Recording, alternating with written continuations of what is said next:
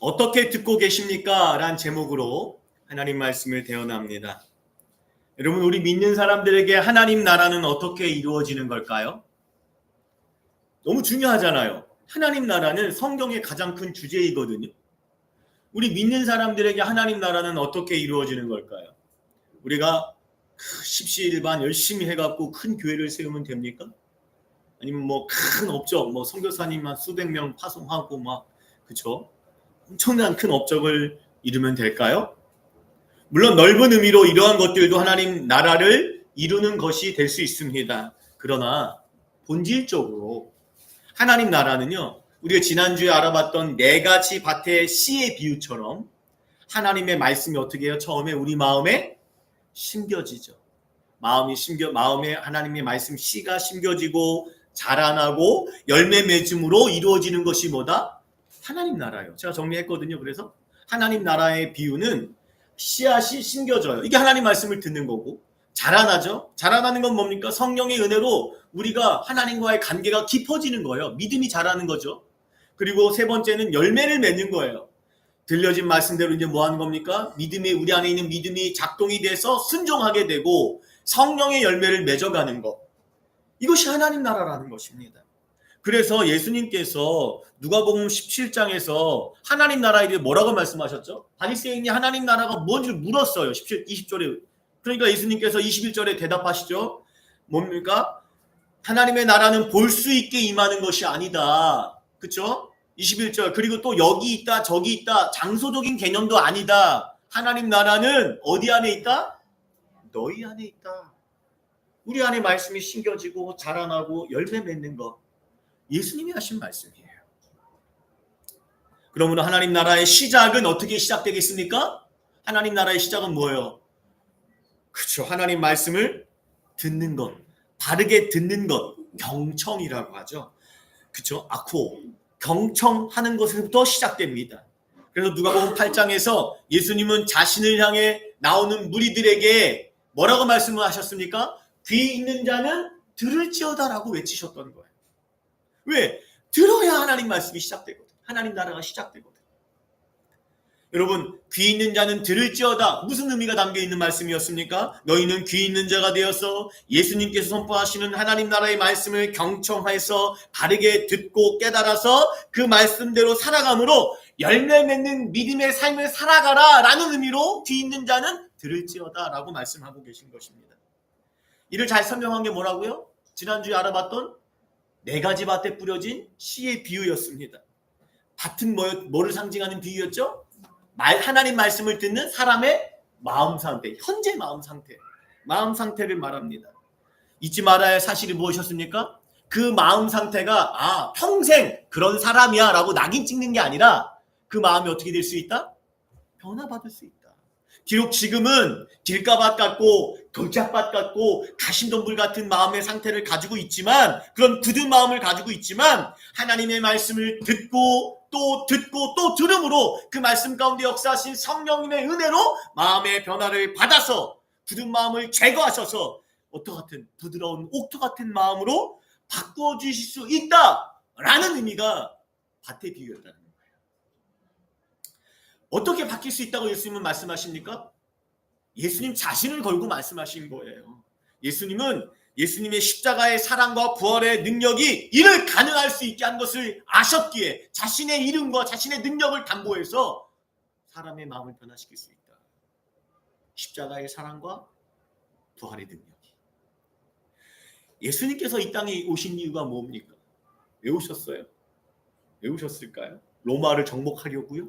세상을 뒤집어 엎으려고요? 아니요. 만물보다 부패하고 죄에 빠진 인간의 마음을 변화시키려고. 예수님이 십자가에 죽으시고 부활할 때에 로마 제국이 무너졌습니까? 가난의 생활의 문제가 해결됐어요. 세상의 문제는 여전히 똑같았어요. 그래서 뭐가 바뀌었습니까? 그리스도를 믿는 자들이 죄와 사망에서 생명으로 바뀌었어요. 그들의 마음이 바뀌고 그들의 존재가 바뀌고 새로운 피조물로 바뀌었어요.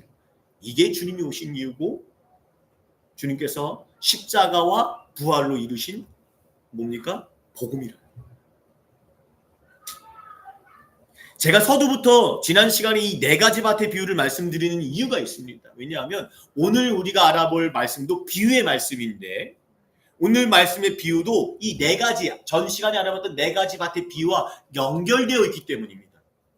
예수님께서 자신에게 나온 무리들이 나왔다고 그랬잖아요. 많은 사람들이 각처에서 나왔어요. 예수님께. 그 무리들을 향해 첫 번째 네 가지 밭의 비유를 말씀하시고, 그리고 오늘 본문의 두 번째 비유, 등불 비유라고 하거든요. 등불 비유의 말씀을 주시고 계십니다. 여기서 한 가지 생각해 볼 것은 예수님께서 하나님 나라의 말씀을 전하실 때 뭘 사용하셨다는 거죠? 비유의 말씀을 사용하셨는데 그 목적이 뭐냐는 거예요. 비유의 말씀을 하신 목적이 뭡니까? 간혹 사람들이 비유의 말씀을 잘못 이해를 해서 그죠? 특정한 사람들에게만, 그죠? 그러니까 감추시려고 이 비유의 말씀을 전파하신 것이라고 생각하는데 그렇지 않습니다. 오늘 등불 비유가 그 예인데요. 비유로 말씀하신 이유는 뭡니까? 더 공개적이고, 그쵸? 더 분명하게 드러나기 위해서 하나님 말씀을 비유로 말씀하고 있다는 거예요. 그 예가 뭐라고요? 오늘 본문의 등불 비유의 말씀이라는 거예요. 16절 말씀 보면 이렇게 말씀하시잖아요. 누구든지 등불을 켜서. 여러분, 등불을 켜는 이유가 뭡니까? 등불 비유에서 등불을 켜잖아요. 등불을 큰 이유가 뭐예요? 오늘 초반부터 이러실 거예요. 왜 이러실까? 등불을 켜는 이유가 뭐예요? 그렇죠? 보세요. 방금 전까지 지금 이어지는 말씀이거든요. 지난 시간과 방금 전까지 예수님 뭐 하셨어요? 무리들에게 귀 있는 자는 들을지어다 하면 뭘 얘기하셨어요? 네 가지 밭에 뿌려진 씨의 비유를 말씀하셨어요. 그래서 귀 있는 자는 들을지어다라고 외치셨거든요. 그러다 갑자기 뭐예요? 갑자기 등불 비유를 툭 던지시는 거예요. 말씀하시는 거예요. 왜 등불 비유를 말씀하시는 걸까요? 이유가 뭘까요? 아까도 물어봤지만 사람이 등불을 켜는 이유는 등불을 켜는 이유가 뭡니까? 어두우니까. 뭐 하려고? 잘 보게 하려고. 어려워요? 등불을 켜는 이유는 어두우니까 사람들이 잘 보게 하려고. 방 안에 등불을 켜는 이유는 뭡니까? 이 등불을 끄면 어떻게 해요? 껌껌해서 잘 안 보이잖아요. 잘생긴 장 목사의 얼굴이 안 보일 거 아닙니까? 그쵸? 네. 기분 나쁘세요? 네. 잘 보이게 하려고 등불을 밝히는 겁니다. 그래서 그 등불을 어디에 둡니까? 지금이야 이렇게 천장에 이렇게 형광등을 달아놓지만 2000년 고대 시대잖아요. 여러분 우리 어르신들 어렸을 때 전기 있으셨어요? 없잖아요. 뭐 하셨어요? 호롱불, 그렇죠? 등잔대, 그렇죠? 그래서 그 등불을 어디에다 둡니까? 오늘 본문에 보니까 그 등불에 그릇을 덮어버리면 어때요? 꺼지죠. 그렇잖아요. 불이니까. 아니면은 평상, 이 평상은 침상, 방바닥. 당신 뭐 침대가 있었겠습니까? 그냥 바닥에다 집 깔고 뭐 이렇게 해서 거기서 자고 됐잖아요. 그러니까 거기 평상, 침상, 그냥 방바닥에 둡니까? 등불을 두는 사람이 있어요? 그렇지 않아요. 거기다 두지 않습니다. 어디다 둡니까? 등경, 등잔대거든요. 등잔대 위에 등불을 밝힙니다. 왜요? 높이 두어야 더 넓게, 더 많은 사람들을 비출 수 있기 때문입니다. 그렇죠? 그래서 등불을 어디에 둡니까? 등잔대에 둔다. 아주 상식적이고 누구나 들으면 알 수 있는 비유로 말씀하고 계신 거예요. 그래서 예수님께서 하나님 나라의 말씀을 비유로 선포하신 목적이 뭐라고요? 처음에는 숨기는 것 같지만 등불 비유가 뭐예요? 더 밝게 보이려고, 더 밝게 보게 하려고, 그렇죠? 등불 비유처럼 더 밝게 드러나는 것에 하나님 나라의 비유의 말씀에 목적이 있다라고 말씀하는 거예요. 예수님께서 밭에 뿌려진 씨의 비유를 말씀하셨잖아요. 그리고 등불 비유를 말씀하시는 이유는 무엇이겠습니까? 그러니까 뭐예요? 더 강조하는 거예요. 씨의 비유를 통해서 마음의 밭을 바꿔야 된다. 얘기하신 거 아니에요. 귀 있는 자는 들을지어다. 이 말씀 하셨잖아요. 이걸 더 강조하시는 말씀이에요. 그러니까 등불을 켰으니까 뭐예요? 잘 봐야 한다라는 등불 비유의 말씀처럼 하나님 말씀이 등불을 비췄다는 건 하나님 말씀이 선포됐다는 거 아닙니까? 하나님 말씀이 선포하고 있으니 뭐 하라는 거예요? 잘 들으라는 거예요. 잘 듣고 계세요? 그래요? 잘 듣고 계셔야 됩니다. 그걸 더욱더 강조하는 게 뭐다? 등불 비유의 말씀의 목적이라는 거예요. 왜 이 말씀을 하실까요? 예수님 마음이 왜 이런 말씀을 할까요? 엄마들이 잔소리 왜 하죠? 말씀을 선포해도 듣기는 들어도 듣고 끝내버리는 많은 무리들. 오늘 말하면 뭐예요? 교인들.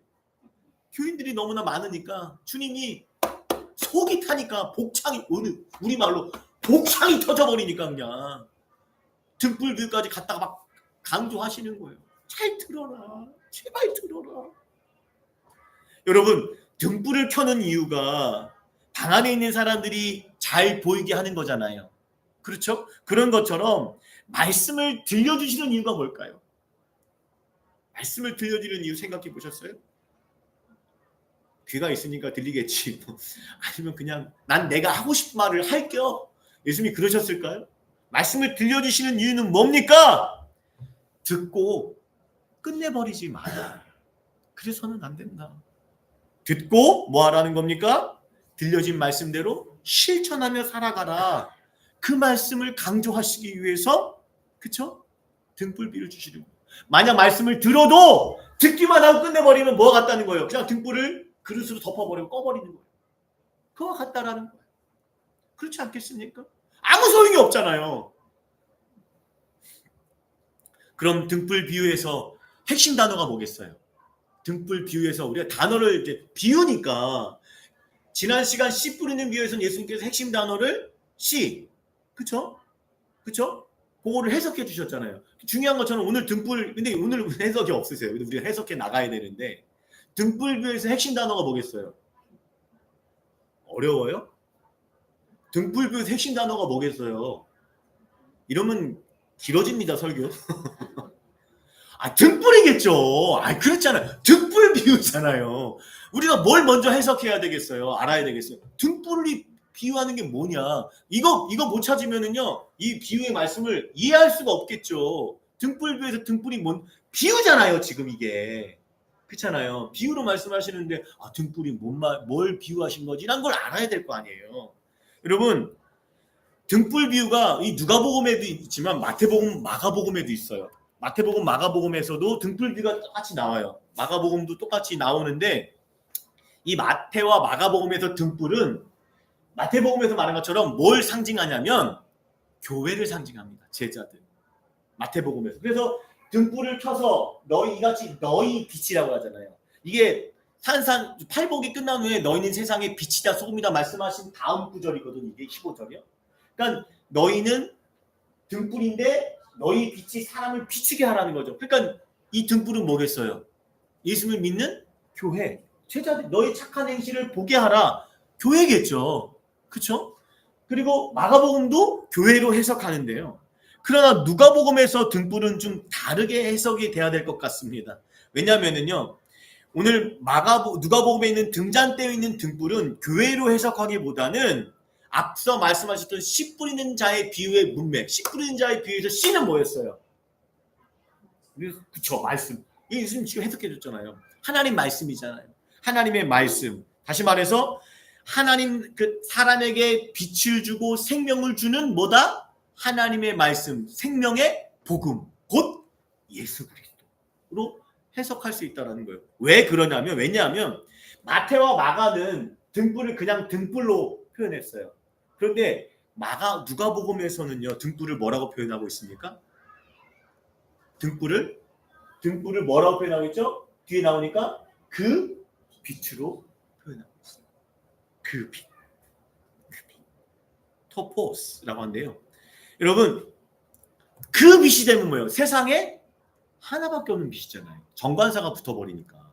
그 빛이 돼버리니까. 그 말씀, 하나의 말씀. 그쵸? 그 빛이 뭘까요?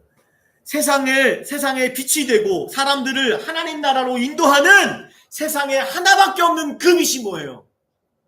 그 빛이 뭐예요? 예수 그리스도잖아요. 그래서 예수님께서 자신을 향하여 요한복음 8장에서 요한복음 12장에서 자신을 뭐예요? 나는 세상의 빛이다. 요한복음 12장 46절 나는 빛으로 세상에 왔다. 라고 자신을 빛이라고 그 빛이라고 선포하고 계십니다. 여러분, 세상의 빛 대신 예수 그리스도께서 그 빛을 세상에 어떻게 비추셨어요? 나는 세상의 빛이란 말씀도 어떻게 보면 비유적인 표현이었잖아요. 그 빛을 실제로 어떻게 비추셨어요? 어떻게 비추셨죠? 하나님 나라의 말씀을 선포하시고, 선포만 하셨어요? 그 나라의 복음을 뭐요? 하나님 말씀을 행하심으로 이루셨어요. 구약에서도 언약되어졌던 그 하나님의 말씀, 구원 언약을 행하셨잖아요. 행하심으로 하나님 말씀의 빛을 사람들에게 비추셨어요. 그리고 그 하나님 나라의 말씀의 핵심을 무엇으로, 결정적으로 무엇으로 나타나게 하셨죠? 핵심이 십자가의 사랑과 부활로 나타나셨다는 것입니다. 그러니까 오늘 본문에 그 빛, 그 등불은 뭐예요? 복음이에요. 그리스도의 복음.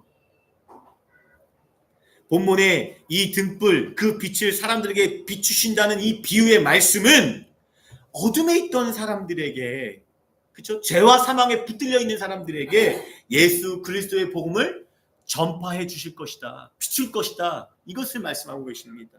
그래서 이어지는 17절에서 이렇게 말씀하시잖아요. 숨겨진 것이 드러나지 않을 것이 없고 감추어진 것도 알려지지 않거나 나타나지 않을 것이 없다. 한마디로 뭐예요? 드러난다. 드러난다고요. 나타난다는 거예요. 무슨 얘기입니까? 여러분 16절과 17절이 있었잖아요. 16절에서는 뭐라고 말씀하셨죠? 16절에서는 이 등불, 그 빛을 들어가는 자에게 비출 것이다. 그 빛을 비출 것이다 말씀하시고 17절에 이어지는데 한글 번역에는 없는 접속사가 하나 있어요. 원문에는. 16절과 17절 접속사가 있는데 뭐냐면 가르. 이게 뭐냐면 우리말로 번역하면 왜냐하면 이런 게 있어요. 그러니까 그 빛을 들어가는 자에게 비출 것이다. 왜냐하면 하고 뭐예요? 숨겨진 것이 드러나질 것이 없고 나타날 것이고 감춰진 것이 없이 다 나타날 것이다 라고 말씀하고 있어요. 무슨 말입니까? 여러분 여기서 그 빛이 뭐라고 그랬죠? 등불이 하나님 말씀, 예수 그리스도의 복음. 그 복음이 뭐 하는 거예요? 숨겨진 것이 없이 다 드러날 것이다. 17절에서 그 말씀하고 계신 거예요. 구약에서부터 언약하셨던 구원의 복음은 뭐였어요? 예수 그리스도였잖아요. 그런데 구약에서는 그 복음이 뭐예요? 감추어져 있었어요. 구약에는 예수 그리스도의 이름이 나오지 않아요. 그냥 어린 양, 그렇죠? 그렇게 상징적으로만 얘기할 뿐 감추어져 있었어요. 그러나 영원히 감추어진 것이 아니었죠. 예수 그리스도의 복음이 이제 뭐합니까? 예수 그리스도께서 신약에 오심으로 이제 나타나게 되는데, 비록 누가복음 오늘 본문에서는 그 복음이 어떻게 해요? 예수 그리스도의 복음이 이루어져 가는 상황이 있잖아요. 그렇죠? 누가복음 마지막에 가서야 십자가에서 죽으시고 부활하시면 그 복음이 이제 나타나게 되잖아요. 그러니까 오늘 본문에 있는 과정에 있기 때문에 아직까지도 아직 완전히 드러나지는 않지만 언제 분명하게 드러납니까? 제자들이 알게 됩니까? 누가복음이잖아요. 누가가 쓴 누가복음의 누가행전의 첫 번째 복음서잖아요. 두 번째 복음서가 뭐예요? 누가가 쓴. 지금 누가복음 우리 처음 시간에 했는데 같이 오래됐죠? 벌써 몇 달 전인데 그때가 언제야? 모르는 게 당연한겨. 그죠? 누가가 쓴 두 번째 누가행전이 뭐예요? 사도행전이잖아요. 누가는 누가복음을 먼저 쓰고 그 다음에 이어지는 책으로 뭘 썼죠? 사도행전을 적었어요.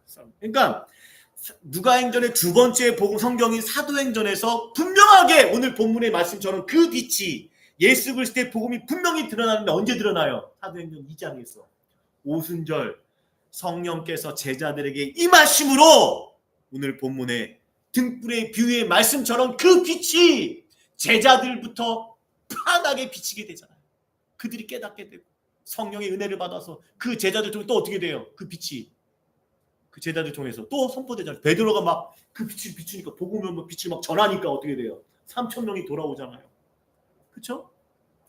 그래서 그 복음의 오늘 등불의 그 등불, 그 빛이 예수 그리스도의 복음이 어떻게 돼요? 사도행전에서는 더 널리 등불 비유처럼 더 많은 사람들에게 이렇게 표현할게요. 땅 끝까지 전파되어 복음의 빛이 비춰질 것이다 말씀하시는 거예요. 그것을 표현한 구절이 뭡니까? 사도행전 구절이. 사도행전 1장 8절이잖아요. 오직 성령이 너에게 임하시면 어디까지? 땅 끝까지. 뭐 하는 거예요? 내 증인. 그리스도의 복음을 전파한다는 거 아니에요. 그 빛을 비춘다는 거 아니에요. 그래서 여러분 누가행전으로 불리는 누가복음과 사도행전을 우리는 같이 읽어야 돼요.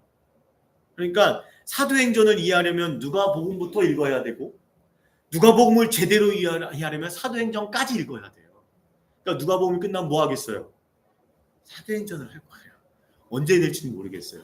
지금 속도로 봤을 때 이제 팔짱 나가고 있는데 하게 할 거예요. 분명히 할 겁니다. 여러분 이어지는 18절 말씀은 이어지는 18절 말씀 볼게요. 18절 말씀은 여러분 아까 처음에 비유가 뭐였죠? 4가지 밭에 뿌려진 씨의 비유였고 두 번째 비유는 뭐였죠? 등불 비유죠. 이 두 비유의 결론적 말씀이 뭐예요? 18절 말씀이에요. 이 두 비유의 결론적 말씀이 뭐다? 18절 말씀. 결론이 뭐예요? 너희가 어떻게 들을까? 스스로 삼가라. 이게 결론이에요. 잘 들으라는 얘기예요. 4가지 밭의 비유의 말씀도 오늘 등불 비유의 말씀도 뭐예요? 결론이 뭐다? 빛을 비출 때 씨가 뿌려질 때에 하나님의 말씀을 들을 때에 어떻게 들을까? 그냥 앉아있다가 가지 마세요. 그냥 앉아있다가 예배 시작했네, 예배 끝냈네, 그러고 가지 마세요. 듣는 게 얼마나 많이 듣는 게 중요한 게 아니에요. 성경도 얼마나 많이 보는 것보다 더 중요한 건 뭐예요? 어떻게 읽느냐가 더 중요하잖아요. 신천지 사람들 성경 무지하게 읽습니다. 그 사람들 시험 봐갖고요. 근데 어떻게 그 사람은 뭐가 문제예요? 어떻게 읽는지가 틀렸잖아요. 그게 사실 한국 교회도 많잖아요. 성경 백독 천독해도 뭐예요? 말씀을 어떻게 읽는지가 안 돼요. 그건 뭐 목사들 책임, 저 같은 목사들 책임이겠죠. 제대로 가르치지 않으니까. 오늘 18절에서 너희는 어떻게 들을까 스스로 삼가라. 삼가라는 말이 뭐예요? 주의하라는 거예요. 18절 말씀은 등불 비유에서 등불이 하나님의 말씀으로 해석할 수 있다는 또 하나의 증거가 됩니다. 너희는 무엇을 어떻게 들을까 말씀하신 삼가라는 겁니까? 하나님의 말씀을 등불이 비춰질 때 등불이 하나님 말씀이라고 해석할 수 있다고 그랬잖아요. 그 하나님의 말씀이 비춰질 때에 들려질 때에 어떻게 들을까? 스스로 삼가라. 스스로 삼가라는 게 뭡니까? 스스로 삼가라. 여러분의 자신의 마음을 살피라는 거예요. 아무리 예수님이 이 자리에 오셔서 설교를 한다 한들 여러분의 마음이 세상을 향하여 있다면 저 콩밭에 가 있고 세상을 사랑하고 돈으로 꽉 차 있거나 다른 것으로 꽉 차 있다면 들리겠어요? 이 자리에 장 목사가 아니라 예수님이 오신다 한들 들리겠냐고요. 제 말이 틀려요? 제가 억측 부리는 겁니까? 자신의 마음을 스스로 살펴라. 지금 내 마음이 내가 지금 듣고 있는 이 하나님의 말씀 가운데 내 말씀이 길가밭인지 돌짝밭인지 가시덤불밭인지 어떤 마음으로 듣고 있는지 여러분 마음을 성찰하세요. 그냥 마음이 뭔지도 모르고 시간 됐으니까 앉아있고 제가 또 아이고 용 쓴다 이렇게 절 쳐다보시면 안 돼요. 여러분 마음을 살피셔야 돼요. 그래서 문제가 있다면 어떻게 하셔야 돼요? 문제가 있다면 내가 마음이 지금 그렇구나. 살피다 보면 문제점이 나올 거 아니에요. 어떻게 해야 돼요? 그런가 보구나. 어쩔 수 없지 뭐. 하시면 안 됩니다. 엎드리셔야 돼요. 성령님께 간절히 기도하셔야 돼요. 간구하셔서 뭐가 이루어져야 돼요? 성령님의 은혜로 능력으로 마음의 변화를 받아서 회개의 삶을 시작하셔야 돼요. 여러분 그러할 때 어떤 일이 벌어진다고 말하고 있습니까? 자 보세요. 여러분 마음을 스스로 삼가라 살펴라. 누구든지 2가지 상황이 발생을 하는 거예요. 이것을 하고 안 하냐에 따라서 여러분의 마음을 살펴서 변화를 받느냐 안 받느냐 어떻게 듣느냐에 따라서 이 2가지는 극과 극이에요. 2가지가 발생하는데 첫 번째는 누구든지 있는 자는 받겠고 여러분 이게 무슨 말이겠습니까? 비유의 말씀이라 좀 어려울 수 있겠지만 어렵지 않아요. 있는 자 받는 거 뭐예요? 하나님 말씀을 듣고 바르게 듣고 깨달아서 실천하면서 뭐예요? 그 말씀 속에 역사하시는 누구를 만나게 될까요? 성령님을 만나게 돼요. 성령님을 만나게 되면서 그 은혜를 경험하면서 뭐가 자라게 돼요? 믿음이 더욱더 관계가 깊어지겠죠? 깊어지겠죠?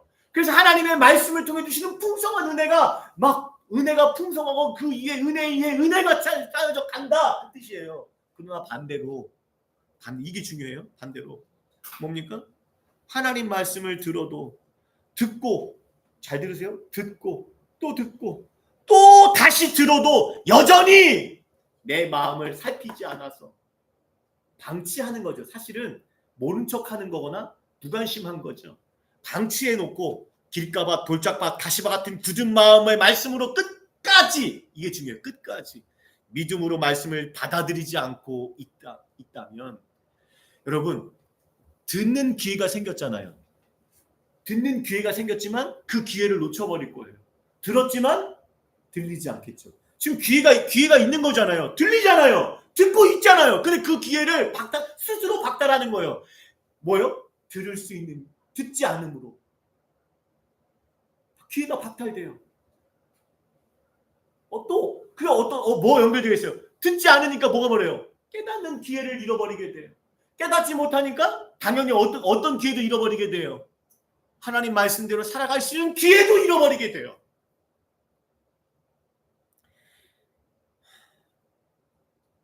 들을 수 있는 기회가 주어졌어도 여러분의 마음이 굳은 마음으로 듣고 있다면, 그래서 하나님 말씀을 듣고 있지 않다면 여러분들은 깨달을 수 있는 기회도 말씀대로 살아갈 수 있는 기회도 잃어버린다는 거예요.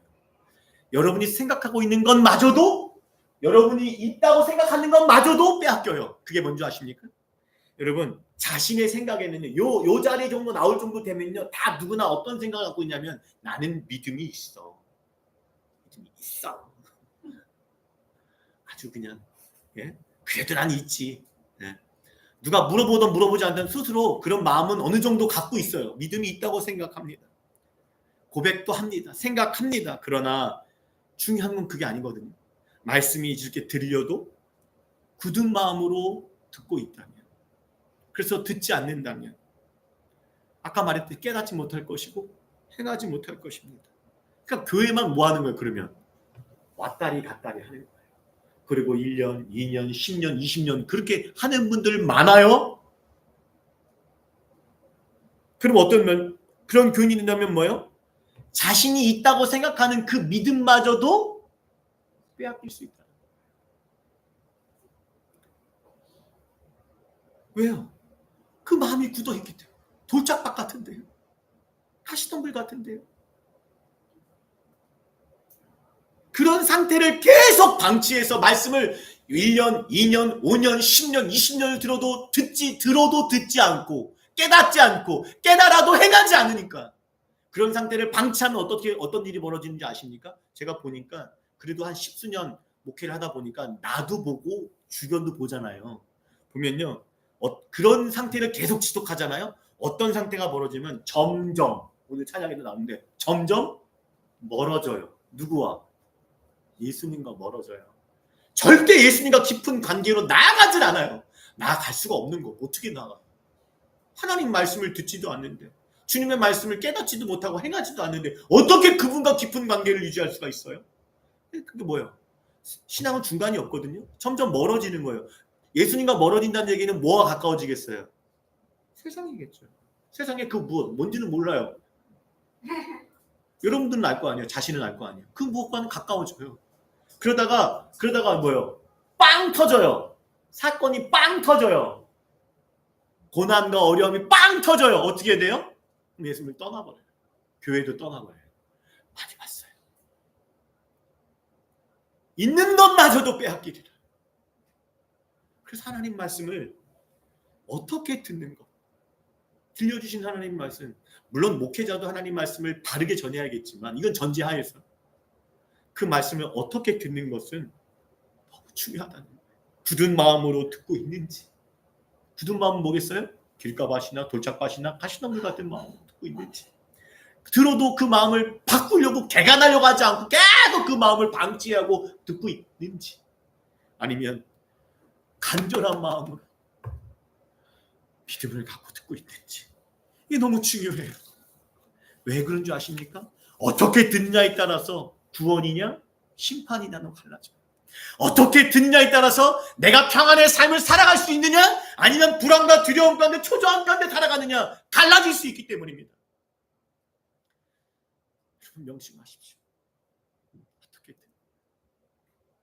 이어지는 19절 21절 말씀에서 이제 비유가 끝나고 이제 사건이 발생한 것을 기록하는데요. 예수님의 육신의 가족들이 예수님을 찾아온 사건을 기록하고 있어요. 근데 이 사건이요 별개의 사건이 아니에요. 지금 본문의 문맥과 별개의 사건이 아닙니다. 이 예수님의 가족들이 찾아온 이 사건은 하나님의 말씀을 듣는 것이 얼마나 중요한가를 보여주는 말씀이에요. 이어지겠죠? 지금 내가 지금 뭐 강조하고 있어? 하나님 말씀을 어떻게 듣느냐를 강조하고 있잖아요. 그 말씀을 듣는 것이 얼마나 중요한가를 강조하는 사건이 뭐다? 오늘 본문에 예수님의 가족이 들어온 사건이에요. 그 하나님의 말씀을 듣고 행하는 자가 어떠한 특권을 가지고 있는가? 그것을 말씀하고 계시거든요. 볼까요? 말씀을 19, 20절 말씀을 보면 예수님의 가족들이 찾아와요. 어머니와 동생들이 왔으나 무리를 위해서 인하여 가까이 가지 못합니다. 마가복음 시간상 빨리빨리 나갈게요. 마가복음 6장에 보면요, 이 예수님의 형제들이 이름이 나와요. 어머니 마리아의 아들이 나오고 야고보, 요셉, 유다, 시몬이 뭡니까? 예수님의 형제들이에요. 그 중에 우리가 아는 사람 누굽니까? 야고보서를 쓴 야고보 장로죠. 네. 형제고 또 그 누이들 복수죠. 그렇죠? 여동생들이 예수님이 첫째실 테니까 그렇죠? 누이들이 있다고 성경은 말씀하고 있는데 카톨릭에서는 알고 계시라고 말씀드립니다. 간단하게 카톨릭에서는요 이 예수님의 형제들 있죠, 형제 자매들을 뭡니까? 요셉의 전처 소생들이거나 아니면 친척들이라고 우겨요. 그래야 성모 마리아가 뭔가 동정녀로 계속 살았다는 것을 성모 마리아를 강조해야 되니까 카톨릭은 그렇게 말하지만 전혀 성경적 근거가 없습니다.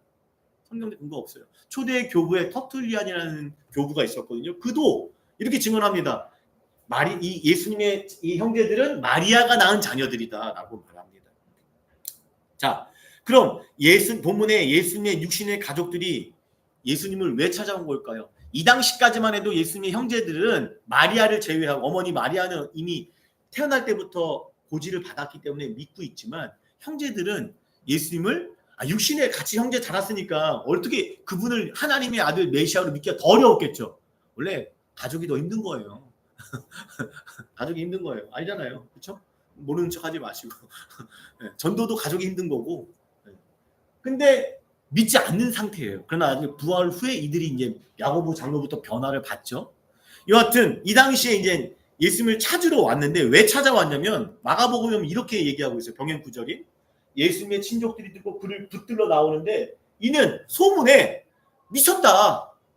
바리새인들이 막 예수님에 대해서 뭐라고 소문을 내냐면은 막 귀신을 쫓아내니까 제가 귀신의 왕 바알세불을 들려서 그죠? 우리 그 무당들도 그러잖아요. 센 무당 있고 작은 무당 있잖아요. 뭐 그런 개념인가요?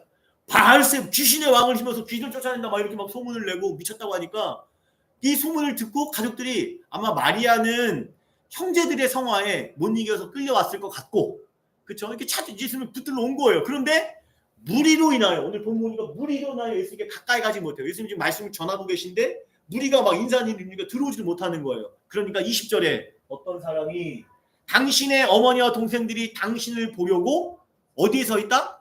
밖에. 요게 좀 우리가 좀 주목할 단어인 것 같아요.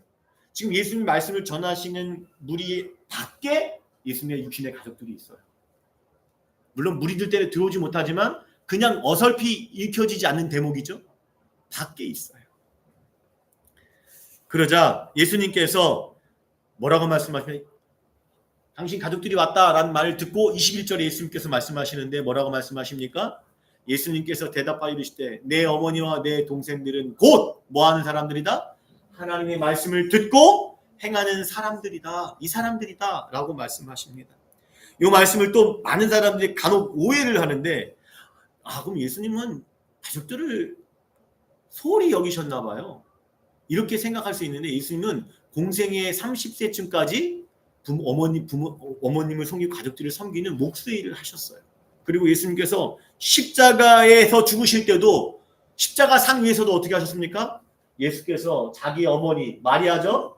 그 사랑하는 제자 사도 요한으로 추정되는 요한복음을 쓴 제자 곁에 서 있는 것을 보시고 자기 어머니께 말씀하세요. 여자여 보소서 아들입니다.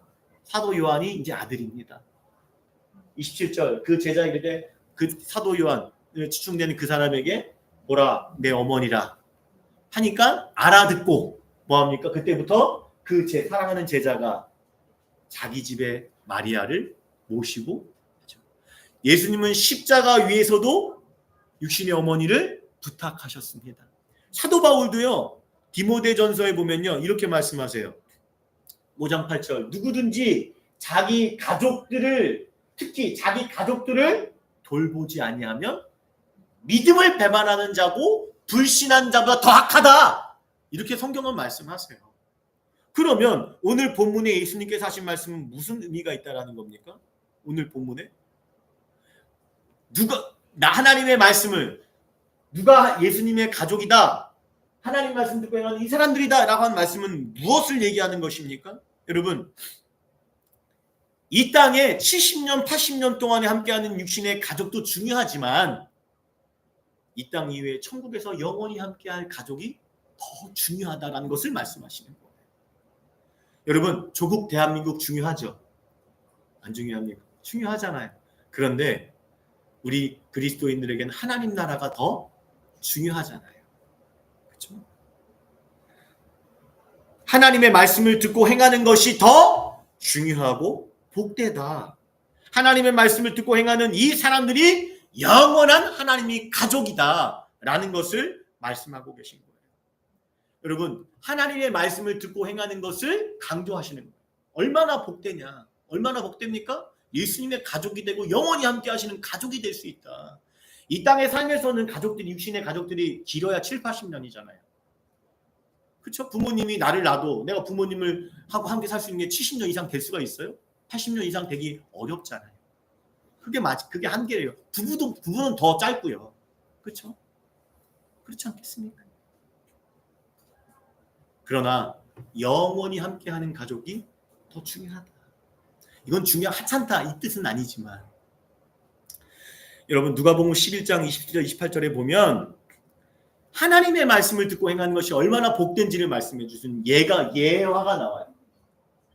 예수님께서 말씀을 가르치시니까 한 여자가 예수님 향하여 이렇게 말합니다. 당신을 뵌 태 모친이죠? 뵌 태 어머니 당신을 먹인 젖 마리아 육신의 어머니 마리아를 상징하는 말이잖아요. 복이 있습니다 라고 너무나 말씀을 듣고 은혜를 받아서 막 외치니까 예수님께서 말씀합니다. 오히려 뭐다? 하나님의 말씀을 듣고 지키는 자가 더 복되다. 하나님의 말씀을 듣고 지키는 것이 얼마만큼 복됩니까? 예수님의 모친이 되는 것보다 더. 카톨릭은 성모 마리아라고 막 받들잖아요. 예수님의 육신의 어머니 얼마나 복됩니까? 얼마나 영광스럽습니까? 그거보다 더 복된 게 뭐라고요? 오늘 본문의 말씀의 핵심처럼 하나님의 말씀을 듣고 지키는 자 라고 말씀하십니다. 우리 옆사람을 보시고 한번 인사했으면 좋겠습니다. 예수 안에서 우리는 가장 복된 가족입니다. 인사하세요. 네. 자, 사랑하는 여러분, 다시 21절을 띄워드릴게요. 21절 말씀 보세요. 여러분, 21절 말씀을 깊이 생각해 보세요. 그리고 깨달으셔야 돼요. 이 말씀을 깨달은 우리는 어떻게 해야 돼요? 어떻게 해야 될까요? 영원히 함께하는 하나님의 가족이 더 복되다. 육신의 가족도 중요하지만 영원히 함께하는 가족이 더 중요하구나. 이걸 깨달았으면 어떻게 해야 돼요? 어떻게 해야 돼요? 어떻게 해야 돼요?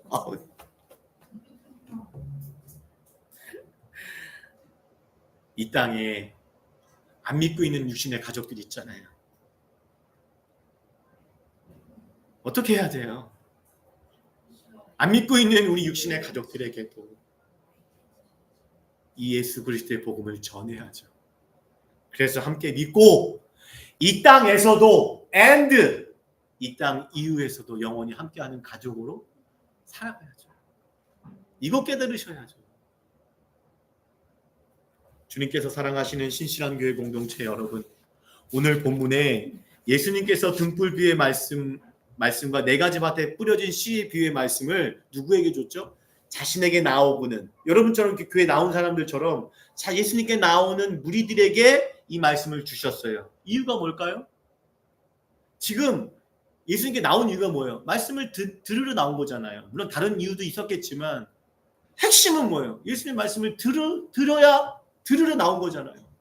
예수님께 선포하시는 이 하나님 나라의 말씀, 예수 그리스도께서 주시는 이 복음을 어떻게 해요?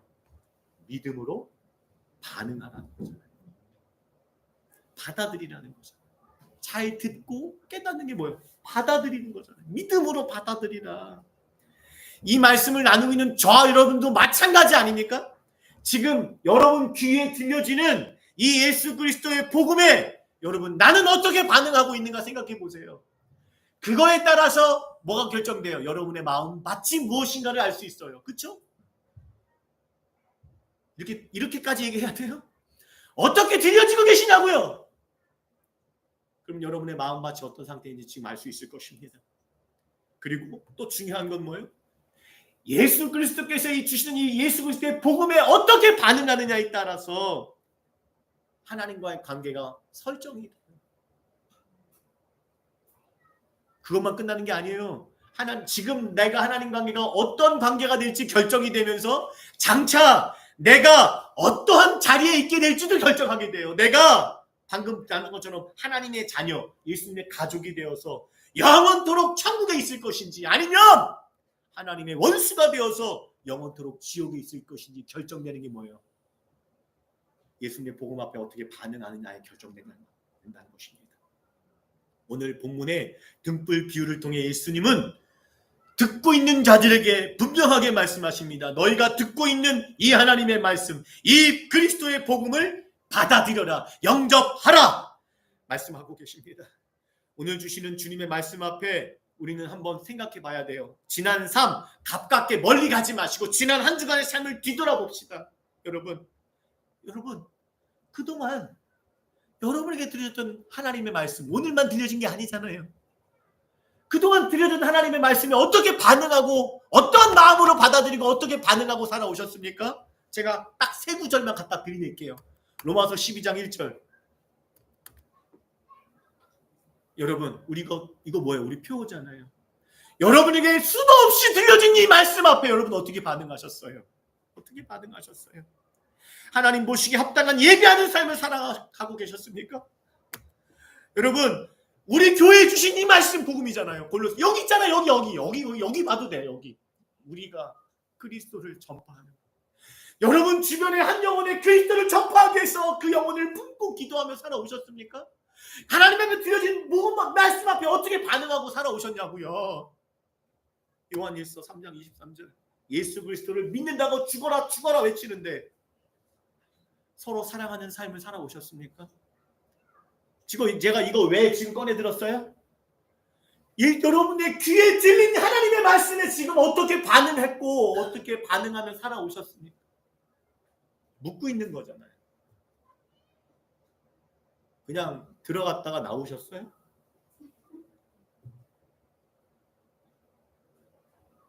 반드시 점검하세요. 반드시 점검하세요. 씨 뿌리는 자의 비유처럼 오늘 본문의 등불 비유처럼 하나님의 말씀이 우리 마음에 뿌려져요.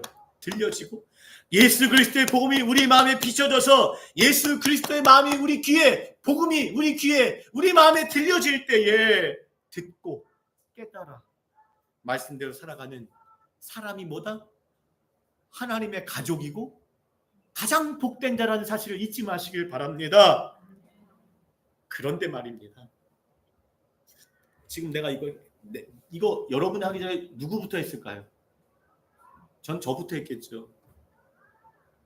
주님의 이 말씀을 나누면 나눌수록 여러분들은 어떠세요? 저는 제 한쪽 마음을 짓누르는 게 있었는데 뭔게 막 고구마 요즘 애들 말로 고구마 맥혀 짓눌러요. 그게 뭘까요? 말씀을 계속 듣기는 들어도 그래 이 뜻이었구나 알게 되었어도 뭐가 안 돼요? 바쁘게 막 고구마처럼 쌓여와요. 그런 신앙생활을 나를 보면은 여러분, 만약에 그렇다면은 그 사람에게 반드시 필요한 게 뭘까요? 그걸 해결할 수 있는 반드시 필요한 게 뭘까요? 성령 충만이에요. 하나님의 임재밖에 없어요. 성령의 임재밖에 없어요. 그래서 여러분 물어볼게요. 저와 여러분에게 가장 중요한 게 뭘까요? 세상에 그 무엇입니까? 아닙니다. 하나님이에요. 성령 하나님의 임재예요.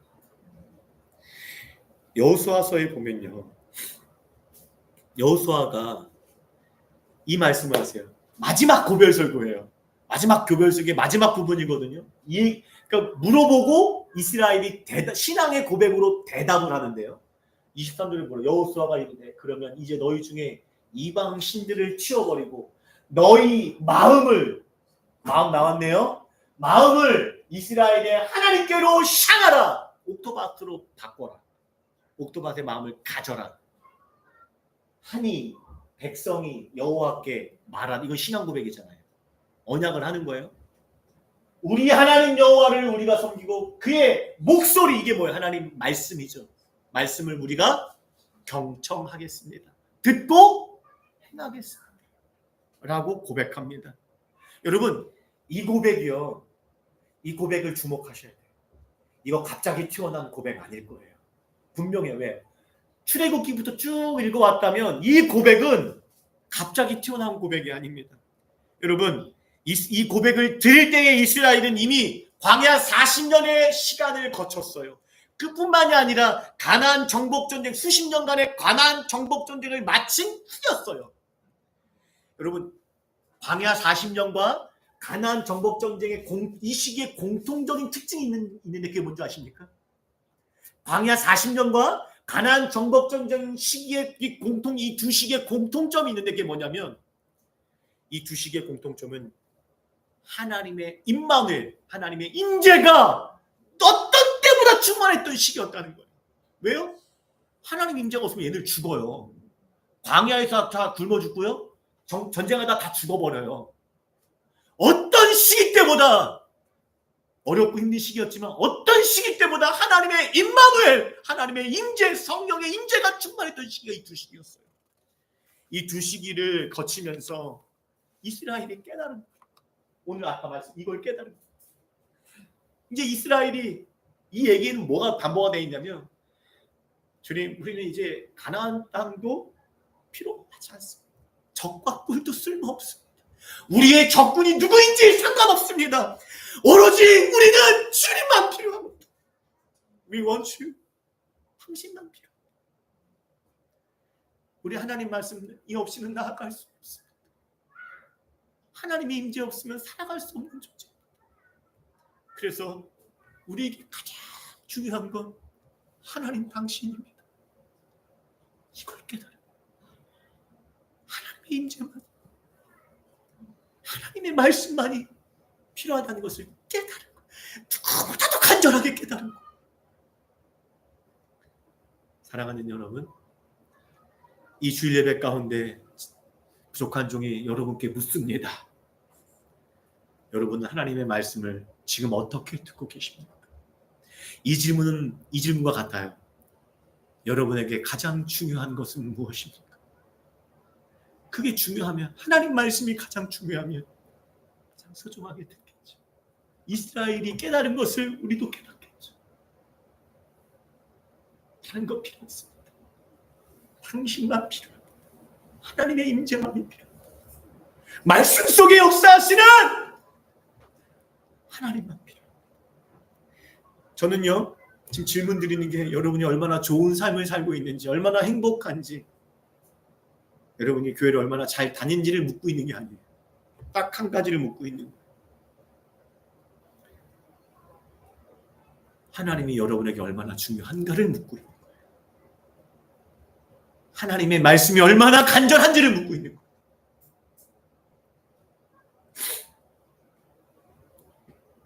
사랑하는 여러분, 말씀 속으로, 말씀 가운데 역사하시는 성령 하나님을 만나고 계십니까? 그래서 그 말씀대로 살아가기 위해서 여러분의 삶의 현장에서 몸부림치며 기도하고 살고 계십니까?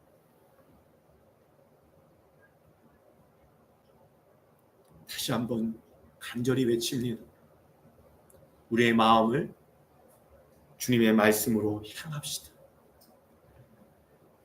다시 한번 우리에게 주신 복음에 합당한 삶을 살기 위해서 성령의 충만함을 간절히 갈망합시다.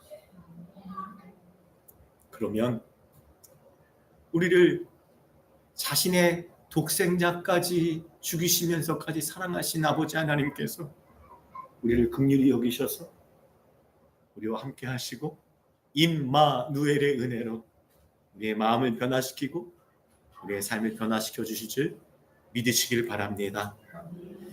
우리 함께 찬양하길 원합니다.